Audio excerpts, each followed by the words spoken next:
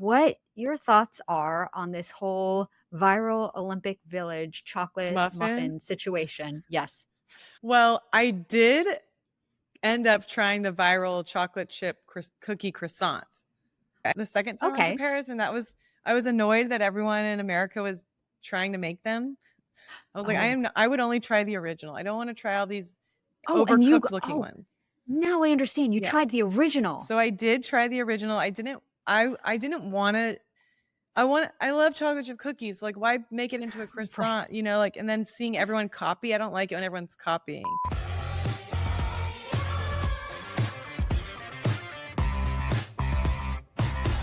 Welcome back to Sprung on Food, an interview-based show where the overall topic of conversation is food. I'm your host, Kae Sprung. This season, I'm talking to food content creators, and my next guest is Alex Reicheck of Chekmark Eats. Let's get into the show. Alex is the creator of Chekmark Eats, where she dives deep into the culinary world, exploring the stories behind every bite. She's also a PR and marketing expert, renowned for her impactful work with restaurants and food brands. She played a pivotal role in launching one of Texas Monthly's 10 Best New Restaurants in 2024 and has worked with iconic Austin establishments like La Condesa. Her expertise also extends to consumer packaged goods and lifestyle brands. Alex, welcome. Thank you. I'm very excited to have you here. As we were getting set up, you had mentioned sweets and bakeries. So we have that very much in common. I know. Extremely excited to chat with you more about that. And I will say you are a self-professed cookie monster. You have a list of your top chocolate chip cookies. So when it comes to your ideal chocolate chip cookie, Oh what my does it look gosh. like? What does it taste like? What is the texture? This What is are all the the best things? question. I'm so glad we're starting off like this because even this weekend I went to the farmer's market to get a friend's cookie, and he took a picture with me and posted, "I'm with the Cookie Monster." They know. So They know. everywhere I go, like, I have to have a cookie at least. I have to have dessert every day, no question, and always I have to have some type of chocolate. So, like, I if love I end that. up having a salted caramel ice cream, then I somehow have to find some chocolate elsewhere. But to answer your question, my favorite chocolate chip cookie is pretty much always made with brown butter. It just has that, richer flavor. And then I am particular on my chocolate. I have found that Valrhona is my favorite and brand. And I do like some dark. I don't mind if there's some milk involved, but I have to have like a combination with some type of dark chocolate in there. And then, there's always one of my favorite cookies in New York is actually at Danny Meyer's Daily Provisions, and they have a like salted caramel in it. So that can be included, but I just know that I have to have brown butter, dark chocolate, and then Malden sea salt on top. So that is really what sets my number one cookie apart from others, is if the sea salt is on top. And I've noticed, like, if it's not there, I could still love the cook. Oh, we didn't even talk about how it should be cooked. I like it Yeah, to tell me be. all the things. I don't want it to be. I do love levain, but that's not to me an everyday type of cookie. Like an everyday cookie, I would want to be like maybe a fourth of an inch, and still Okay. be like a little doughy, but not raw on the inside, but soft to where the chocolate is melted. I want some of the bites have melted chocolate. And then I do like it when the edges can be crunchy, but not necessarily crispy like Tate's. Yes. Although Tate's is a you read my different mind. Yeah. category. Like No, I thank could you. eat Tate's, Yeah. but they're like chips almost, Yes. Yes. So those are my, building blocks of my favorite kind of cookie. Oh, fabulous. And there's so much synergy there. I 1000% agree on the Malden sea salt. That to me is just a crucial step. You have to offset a little bit of that sweetness. It And seals the deal. yeah, it really does. It elevates it just a little bit. Mhm. Makes you feel like you made a good decision. I do enjoy the brown butter sentiment. I will say I have not had the pleasure of a Daily Provisions chocolate chip cookie yet. So like I definitely know where I need to go The after we chunks of talk. sea salt, I don't know what brand of chocolate they use. They have I think they must use a dark and a milk or something. I can tell there's two I different think the kinds. hybrid is always a good choice, actually. Yeah. And then it's the caramel inside, which I would love. I have a friend that works for that group, and I was like, can you please get me that recipe? But Oh, yeah, I may have signed something, but wink, yeah. nudge. We can just, yeah, we don't have to. And then Austin, I'm from here, and then I lived in New York after college to learn how to do PR for restaurants, and that's where I had my daily adventures of I'm going to a new bakery every day. Like I I not necessarily I would have like one on my list of where I want to go, but I would walk into, and that's kind of the way I travel now. Like I walk into every place I see that might have dessert and I take a look around. If it looks like something I think will be good, I'll buy it. If not, I keep moving. But Austin, when I moved back 8 years ago, did not have a lot of bakeries or a lot of chocolate chip cookies that are to our level that we're speaking of. And Oh, in is the that last right? couple years, farmers markets, new bakeries, people selling cookies on Instagram, and just cookie shops have opened. And so I'm so grateful that that exists here in Austin. It took 8 years, And you but were like, it's please, please. exciting. But New York has amazing cookies. There are almost sometimes I feel like too many out there that it becomes overwhelming and I just don't know where to go and what to try. I have my own proprietary recipe that I am quite fond of. So that's Ooh. typically I can, just whip those up for myself. And then I have a dozen of my own and kaboom shaboom, it's done. But I do like seeing what else is out there and what other people are doing and their take and trying it. And then you live and you learn sometimes. They're not all going to be what you're going for. And one person's list, not including yours, but more so like some publications where I feel like sometimes they're greased a little bit in one way or another to talk about places. Sometimes you'll see and you'll be like, oh, okay, this place is getting such accolades. I have to go try it Yeah. out. And then sometimes I'll try it out and I'll be like, this Well, was fine. But that's why I I've think you got to learned. just talk to the people. Yeah, that's why I've learned I know what kind of cookie I like. And so Yes. even if someone's like, this is one of the best, if I look at it and it has a bunch of nuts in it, or it's really flat and overcooked because it's crunchy, I'm like, those are for the crunchy cookie people. I'll taste it, but that it's not my priority. Yes. And so it's good to try. This is kind of how I view food now when I travel, is like it's good to try and see what's out there and what the locals are interested in or what is popular, but I know deep down what I'm looking for. So you can't ask me if I think that's the best cookie, because if it's already crunchy, then that's not in my category. But I love. You're already like, nope. Yeah, and one of my pastry chef clients here who has a bakery opening called Rockman, she knows, she'll say like, this is going to be like a sourdough crunchy cookie. It's not your style. But I want to try And it. you're like, let me try it first. Yeah, because I've also found like now I'm really into pistachio. And so Okay. now by trying stuff kind of over and over again, you learn to like something new. And I think that's if you just stick to your style, then you're never going to enjoy something else. And so it's fun to have that experience, be like, oh, well, this is good for this type of day I'm having, let's say, or a quick snack. But when I really want to have something sweet, I'll have this type of cookie or this type of ingredient. So I Yes. don't discriminate anymore. They're for different days, for different services, Variety is the spice of life.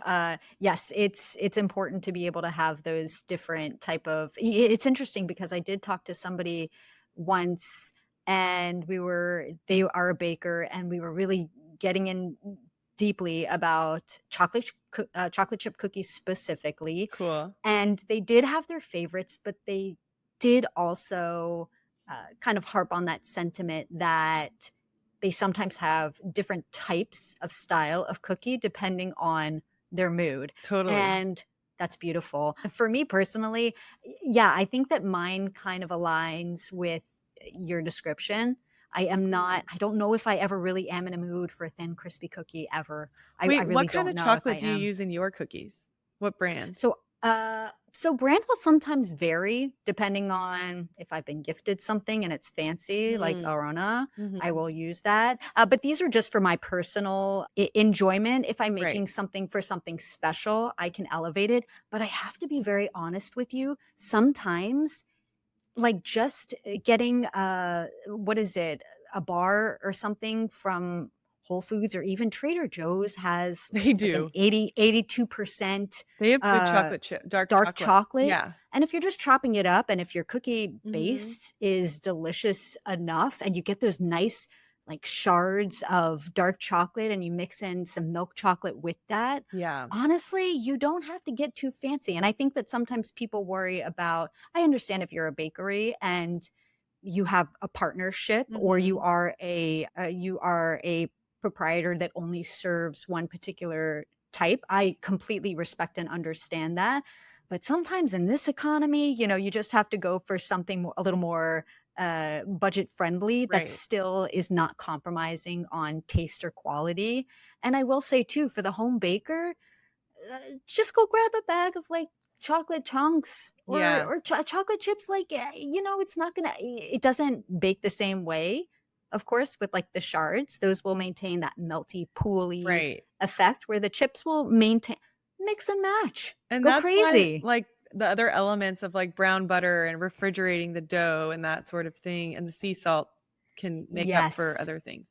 Also, I was thinking, it's also about the experience, like, and your memory of, like, where maybe my favorite chocolate chip cookie is because it was the day I got a new job and then I got this cookie, or it was a place I found that no one had written about and I've stumbled upon it their first day they were open. And that to me is like like that happens with food for me, that it's like so nostalgic and it's a memory that it's it's the best for me. But like, would I tell someone else they have to get it? I don't know, because I could go back another day and it might not be the same experience. And I find that a lot with restaurants and eating out, is who I'm with or what was going on in my life can really change. It's so emotional, right? If you ended up speaking to the chef, or the waitress that you have is telling you a story about something that it really changes food is feeling. The wild or not so wild thing about food and why I enjoy talking about it so much with other people is that it really is a very universal connector, and it's tied it's a topic that anybody can talk about because you have unless you're like one of these people who just want to live on Soylent Green for the rest of their lives or something like that. Right. I don't subscribe to that, so I will keep eating regular food. But I think that it's one of those things that can really spark nostalgia and memories. You are passing by a street and you catch a whiff of a certain smell of a spice, and all of a sudden you're transported back to a dish that your grandmother made or what have you. And it's such a powerful thing that so many people can have interesting conversation or bond over.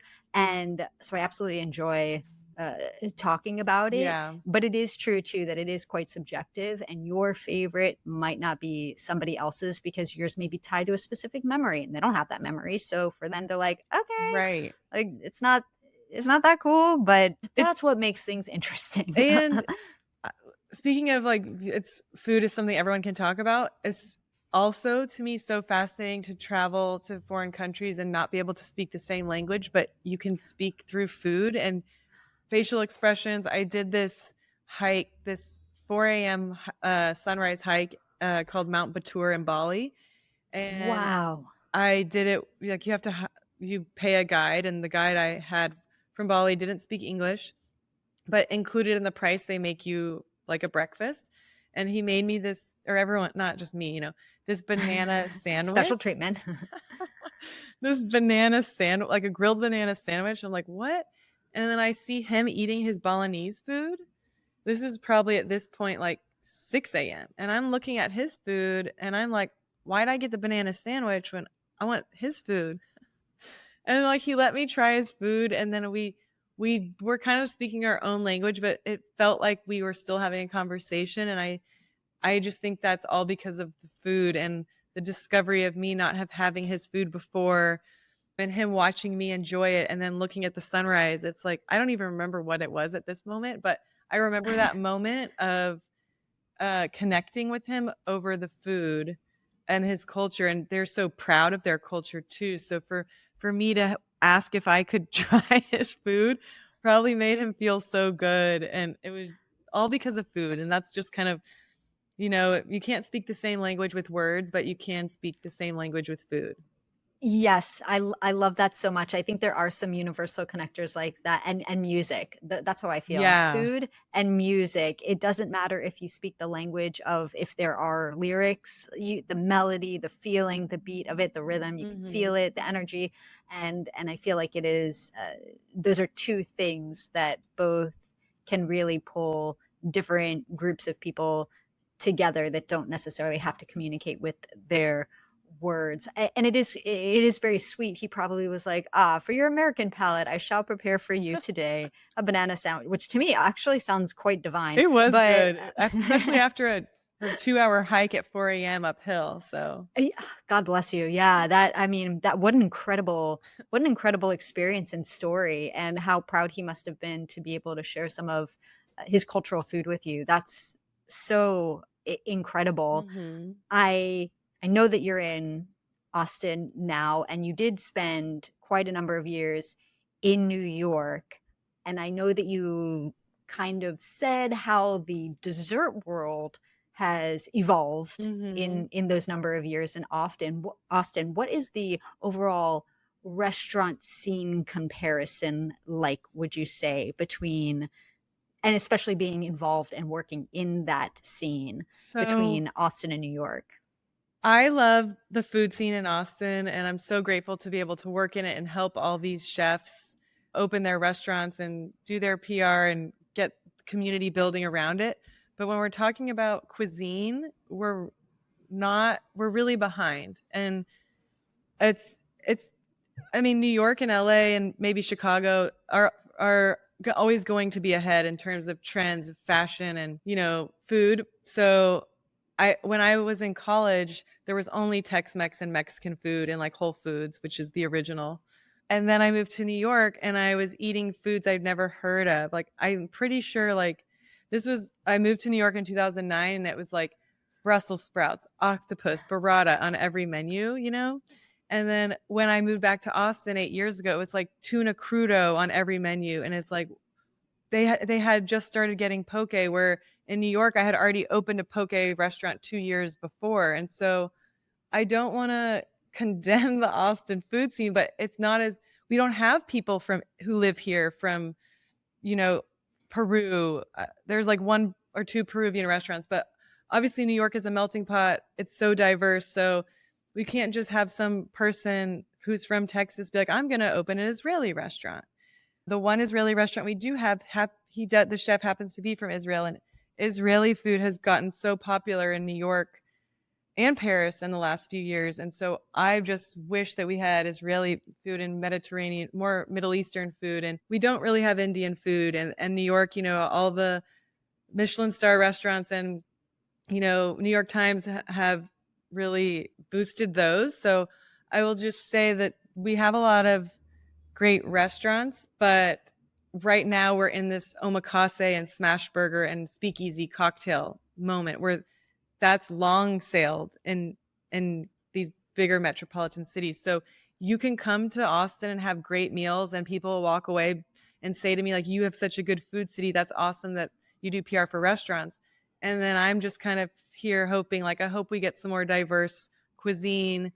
But yes, I can enjoy Thai food here. And I work with a restaurant called Thai Fresh, and we have a vegan coconut milk based gluten-free bakery. So we do have stuff like that. And, I also think of Austin as like, I'm sitting next to Terry Black's barbecue and El Alma. So it's like barbecue and Tex-Mex. And then there's like Town Lake right behind me. So we do have a very fit city, but we also have a very, food centric, where barbecue's pretty heavy. And then we have like vegan restaurants. So I will just say it's just missing the higher level of service with the more diverse country cuisines. But you can come here and have incredible food. Being in the position that you're in, is there anything that you can think of that might put things on a bit more of a fast track in that direction? Or does it really lend to the community and the people who are there and living there, and who people think that they might be serving. Because what I will say is, but maybe this is just my mindset because I do live in New York, that I get excited by cuisines that I've never tried Right. before or even known Me about. too. And that makes me feel as if also, some people don't always get to travel to different Right. places or international travel. They don't have that privilege.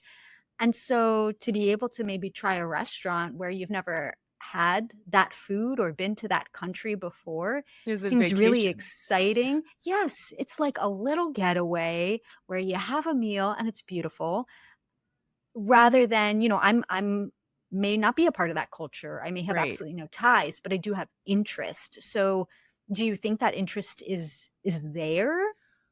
Well, I do think things are changing because a lot of people are moving here, but they're moving here. I mean, I don't know.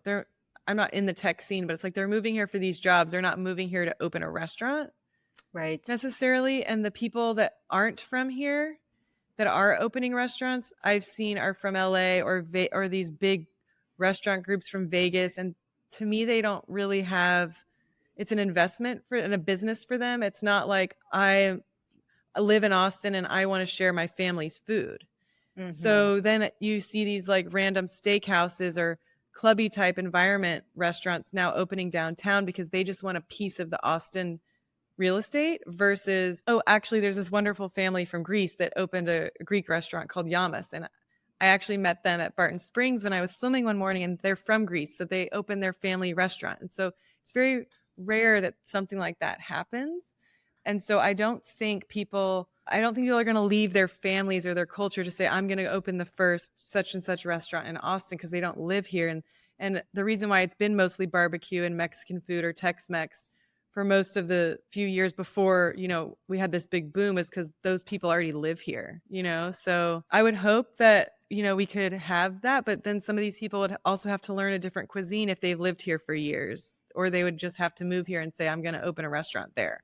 But I think in New York, these people already live there. That's a great observation. And certainly opening up a restaurant is not for the faint of heart. So Right. It's not something that somebody, even if they are from a particular place and they aren't seeing that cuisine served, it does not mean that they want to and or should open up a concept or restaurant. So I understand. But it does sound like even though it might be take a little bit longer right, than but it's larger happening. cities. Yes. It's getting that. Yes. Right. Like and that's Chef Jo Chan, who I worked with, she was on Top Chef and she used to work at Barbuto and for Marcus Samuelsson in New York. And she moved here and now has a French restaurant.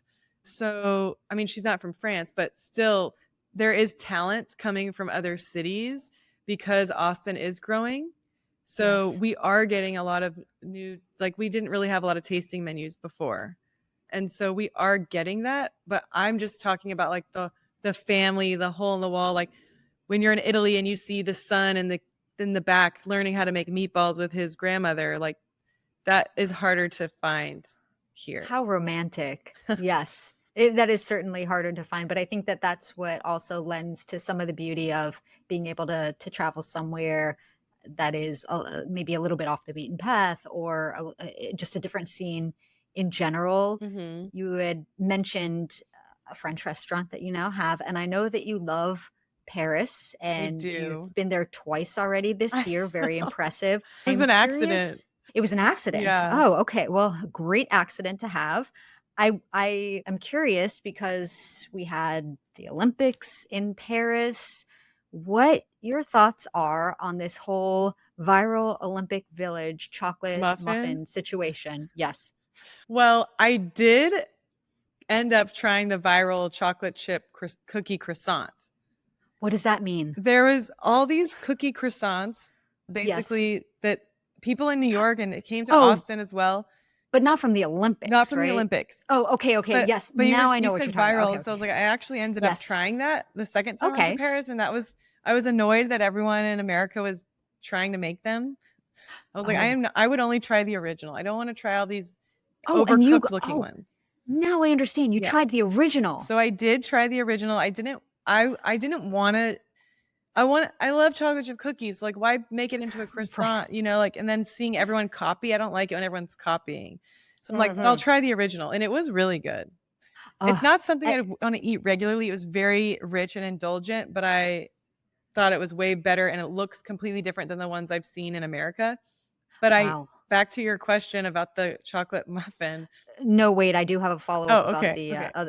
about that because it's very rare that you find somebody in the States who you communicate with on any type of regular level that has had the original in Paris. So this is great because I have talked to people who have tried it. I have not had the desire or interest to try Right. it at a number of the places here. Me Not for neither. any, bad reason on their part. It's just it wasn't something that really just wasn't screamed my original. name. Yeah. And that whatevs. But Mhm. I am curious. Did you try any of the dupes or copycats here, either in New York No. or in Austin? No. Okay. I So didn't you want to have I didn't want to. I saw them in the window. you They didn't want to looked ruin they looked the experience. overcooked, or there was like Mm. they were just all different. And so when I had the original, well, actually I did try Love and Cookies here did one, and I did try theirs before I went, and I also thought it was good, but it was very different than the original. Once I had the original, the ideas that I've seen in New York and here, because those were the only two places I had seen them in person, were just ended up being very different than the original. And so I think I maybe can that's why I imagine. also liked it, because I was like, oh, no one could copy you. It's true. Well, I mean, and I think sometimes, and this kind of segues also into going back to our viral chocolate muffin, because I genuinely was just so curious because as somebody who does pastry, I feel like if I were to try to replicate something, and maybe my skill is just not clearly of many others, which Mhm. obviously there are loads of people way better, and I will never touch their talent or skill. But I will say, for me, if somebody approached me and said, "I need you to do a copycat," or "I want you to do a dupe of this," I feel like I would have to taste it. They haven't had the experience of it. So For me, true. it just becomes then kind of based on look. I Maybe think they're it's just really based because the New York crumb Times came out structure. with a recipe, Yes, and everybody's doing it. she said it was from watching TikTok and videos. That's how she came up with it. She just kept. But how do you do the taste part? I I don't know. Maybe I'm just too much of a didn't even cynic. think I about should be that. more. I should be more whimsical, really, and just That's so accepting because true. I'm sure it's a fabulous recipe and I'm sure it's delicious. We'll have to But try but it. then I'm like, how would one know if it tastes like? And so that's really what put those two things together. In my mind when you mentioned the oh God, what is it called? A Crookie? crookie? Yes. Sadly, I think it's all just for clicks, right? What, creating something like that Yes, or being duplicating saying it? like we came up with a recipe that looks like it. Like Oh, you're making me realize, like, yeah, they don't know what it social tastes media. like. Yes, They just probably. want traffic to their bakery or their website. I know at the end of the day, it is all a business, isn't it? Right. As long as it's a good recipe and people are happy, It I looks think like it that's has to be, right? wonderful. I would And I trust think the New that York Times. they seem very reputable. To have a um, good chocolate muffin in general, yes. We don't know if it tastes anything like the one they're but yes, I want somebody to just say that. I just want the disclaimer. Like, disclaimer. yeah. I don't know if this tastes anything like it, but We it's can write damn the good. disclaimer ourselves on their post. It already exists in my mind. I'm like, disclaimer, we don't know, but maybe Yeah. it's a fantastic recipe. Yeah, I always just get so curious about things like that. You see it a lot, I think, too, of course, on social media with and to your point with the crookie, where you see these viral sensations and then people say, well, I get what they're doing. I can do that too. Why not? And if it tastes great, fantastic. But then if you don't know what the original was like, the concept is the same, but the execution may be so different. But who's Right. the wiser? And if you're bringing dollars into the door at the end of the day and people are happy, it's fine. That's true. Unfortunately, you can't, And if you're copyright a recipe. So yeah, and like you said, if people like you were saying about restaurants, if you can't have that experience because you can't travel and you can be a part of something that the rest of the world might be a part of, at least you're building some kind of memory or inclusion for someone in the city that you live in. that's a very excellent way to put it, and that's so true. It allows people to feel like they are a part of that moment or this pastry movement or whatever it is Mhm. without feeling excluded of, oh man, I'll never be able to if you see, Right. one of these Michelin rated fine dining #1 place, like, yes, you have to go there to experience exactly what their format is. And if you don't, that is that. But something more accessible, like a baked good that can presumably be made across the globe, Hmm. it does allow more of that accessibility and fun. So I do allow for that. I allow for Right. the whimsy and the ability for people to be able to experience these things, because it is important. And then the weird freaks like myself can just go sit in a corner and wonder how it's all done, and it doesn't matter. But I want the public to at least enjoy their Hmm. time and and feel Enjoy good about dessert, it. Isn't that the truth? right? Yes. And you get to luckily chronicle so much of that through Checkmark Eats, and you started that a decade ago. Tell Yeah, me 13 years about ago. 13 years. Goodness gracious. Uh, So t- Tell me about how all of that started. So I've always been obsessed with restaurants and food and what I'm eating. I've always been the one. I remember even in college, like when there weren't a lot of restaurants, it's not like you're dining out for real. Like I would look at the menu of any place, or I would be the one to choose the birthday dinner where it would be. So then when I moved to New York, I had like everything at my fingertips as an opportunity to try and taste. And so I moved there to do work at a PR firm for restaurants, which was my dream job and still is. I'm very lucky that I found what I wanted to do. At that time, it felt like it took me 4 years of college to figure that out. But like I found what I wanted to do when I graduated. So I'm very grateful for that. But I was eating out. I being from Texas, I had so many friends visit me every weekend. And so then I got to choose where we're going to go, right? So I was eating out for dinner Friday night, brunch Saturday morning, dinner Saturday night, brunch Sunday morning, and then bakeries in between. So that's 5 times a weekend. And I never really went to the same place twice because there's so much to try. So I was just eating everywhere. And then during the week when I would walk home from work or during lunch, I'd go to a bakery. And so I was working at a PR firm, and the restaurants that we worked with were in Chicago and hotels in the Maldives. And so I was very disconnected from the city in terms of knowing the chefs. And so my mom said to me, like, also simultaneously, like, I think you need another hobby besides eating all the time and working out all the time.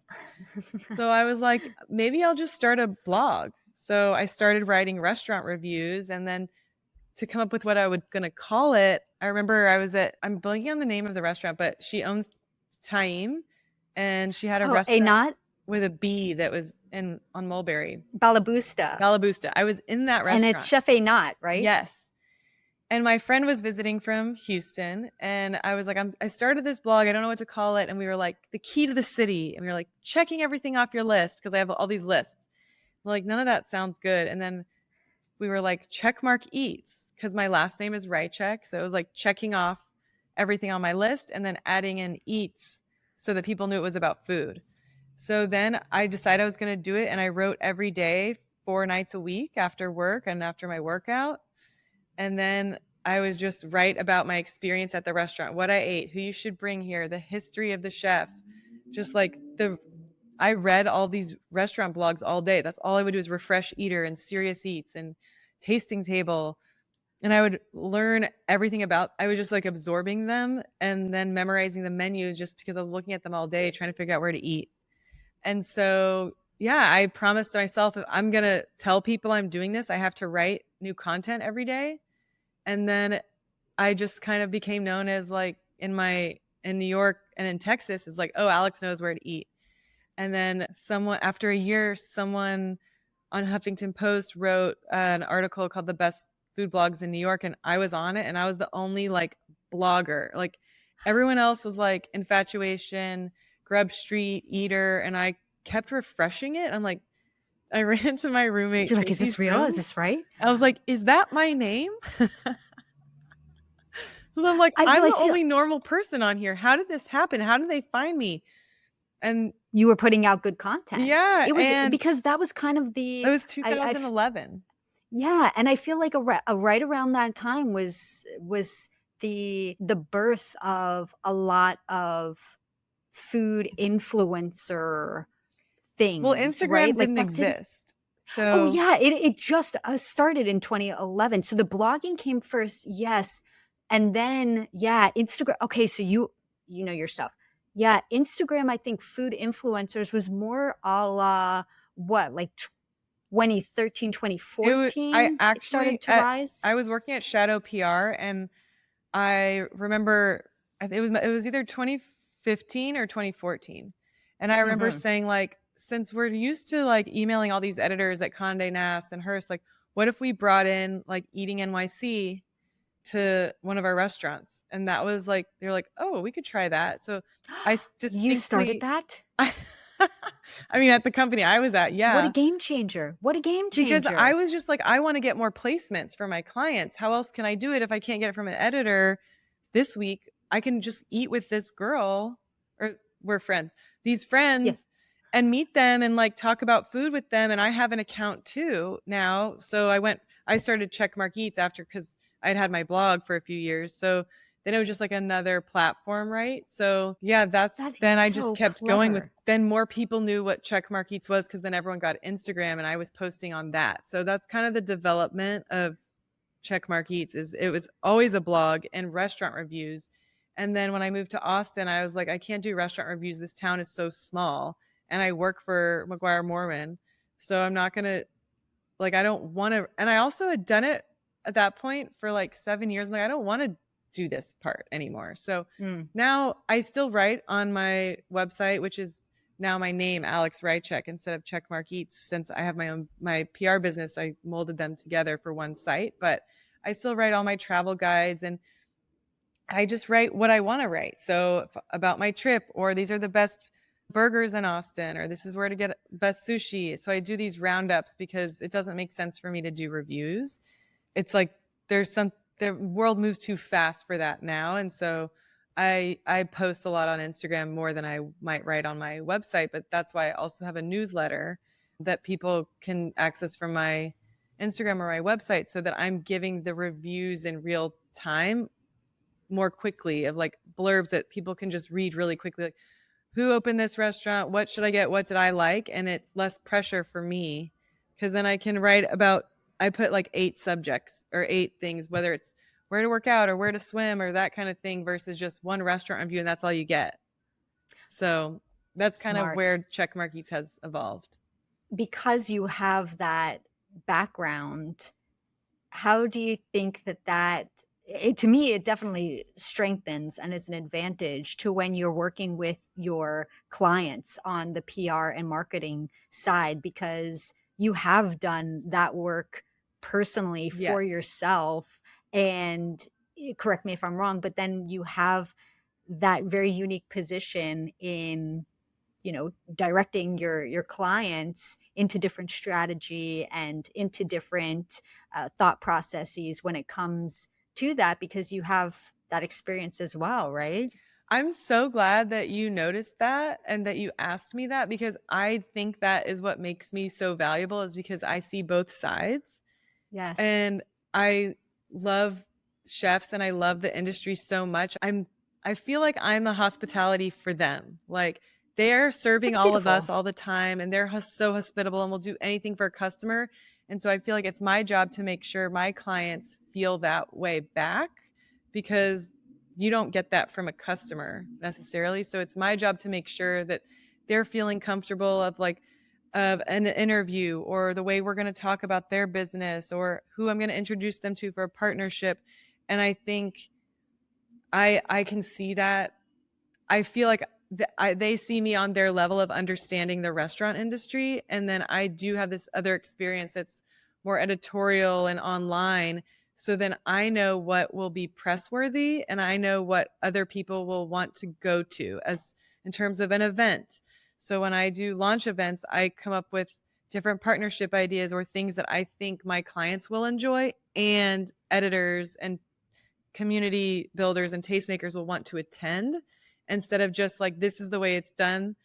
I really like to be creative and think, would I want to go to that? Because I have to go to it. So I do use that editorial side of my brain to think, will someone write about this? And I think when I first started PR, it was always a lot of the time the client telling us like what they wanted to do. And now I have made my business to where I work with people that want to have my opinion. So I tell them this is what will get us press, and I know you so well, and I think you'll say yes to wanting to do this. Because I just remember times of being at PR companies, the chefs didn't want to do some of the ideas, and we would be like, oh no, you should do this. So I think, would my client like this, first of all, and would I or someone else like me want to attend? And usually I get to know my client well enough to where it's a match. Or we're brainstorming and they say, well, what about this instead that I didn't know they could do, or something like that. So I do think it is, I always say like, oh, I don't get paid for Chekmark Eats or my newsletter, all this extra creative work I'm doing, but I'm so glad that you noticed that it is a reminder to me that I should be like proud that you noticed, to say that it is actually helping me in my business with my clients anyways. Yeah, well, I absolutely think so. And I think too, to me, as let's say I'm a client, I personally feel more at ease knowing that somebody has experience in both arenas and has that foresight. And to me, it just builds that confidence that, oh, I'm in good hands. And just even hearing what you said was very poignant, but true, through so many different situations where you really have to think, is if you're coming up with, and I know you do, you're involved with CPG brands too, and a lot of things for CPG brands is there was a void in the marketplace and I found the solution, or I'm creating this and it's something that I would like. And so you do kind of have to be a little bit selfish in that mentality. Am I preaching something, or am I pushing something or creating something that I would want to partake in? And if the answer is no, I mean, then there must be a very good reason, I think. Otherwise, like, okay, well, maybe it's for a very specific a group that it's magicians and I'm not into magic, but like, this is what it is. So let's just pretend I like it. But magic is awesome. But, like in that case, but I think that mentality is really the way to go. And I think that it only builds confidence with clients to say, oh, okay, I'm in good hands, because it is, I think, to something that you lean into as well. It is a different experience when you can work with somebody this closely one-on-one versus when you are working with like a big firm. And that's why I have to say no to certain clients, because I don't think that the market needs it. And I don't think it's a story that I would pitch to the media to tell. I'm like, oh, we already have 10 of these. Like, my job, for me to feel good about my success, I want to blow it out of the water. I want to get you on the cover of a magazine. I want to get you to win Best New Restaurant. And if it's something that I keep seeing and I don't think I'll be able to do that because it's redundant, then I'll say I'm not a fit. Or like you said, if it's another canned cocktail, it's like, I don't think I'll be able to get the interest of anybody because we've already been through this. So I also decide on my clients as a partnership of, am I going to be the best person for you? Because if I don't think it's a good idea, I'm not going to take somebody's money and do what I would have to be able to do, because I want to do 100%. And so they have to have an idea or a concept that I think is interesting for me to be able to be successful for them. I think that is so admirable and respectable, and exactly what a potential client should hope and look for, where the person really does have the best interest at hand. And I will say, rightfully, selfishly too, it is all a reflection back on you as well. So if you take on a client just to take on a client, and maybe it isn't a unique thing, maybe it's a bakery of just cookies, and you're like, I do not feel good about this, and I don't feel that I can get you anything unique out of it. If you're trying to push and pitch and all these things, and publications or outlets are coming back and being like, this is not news, like been there, done that, then it's like, oh, we don't want to hear from Alex anymore. Exactly. It's like the same stuff. I feel like I have to protect my current clients, and I have to protect my relationships with the people that trust me to give them the news. And so I have had that situation actually happen where I just did the opening for a restaurant, and a very similar restaurant came to me and said, "Oh, I love your work with that one. Can you help me?" And I'm like, I just did it. I can't just do the same type of restaurant or type of bakery again, because then it's like coming from me, and I just don't think it will get as big of a splash. And also perhaps too, I think that you have such creative and unique ideas that it does potentially lose some of that magic if you're also not able to be ignited by a new concept, by a new idea where you get to use your special sauce in the situation versus just doing like a carbon copy. You could do it because you've done it before, but I also don't think that that serves you as I well. want to have fun doing it. I want to, people ask me every day where to eat and what to do and what's going on. And I don't want to be like, well, I have this other thing again. I'm like, oh my God, I'm opening this new restaurant this fall. Like, we don't have anything like it. Like, it's just natural, you know, like it's going to come out of my mouth that I'm excited. And if I'm not, then I don't want to do the client a disservice, you know?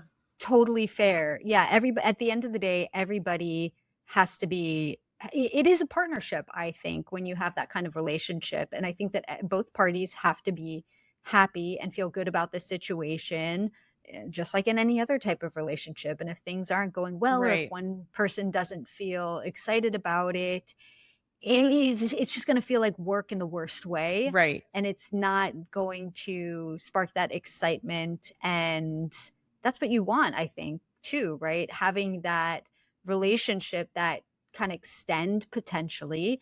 And to me too, the power of referral is like no other. So if somebody has a really positive, great experience, and maybe they have a friend who's opening up a new concept, then they're going to say, oh, have you worked with Alex? You should. She's amazing. Exactly. I work with a lot of friends now because they're all like, oh, you should work with Alex. I've seen what you did with Alex. So then the friends call me.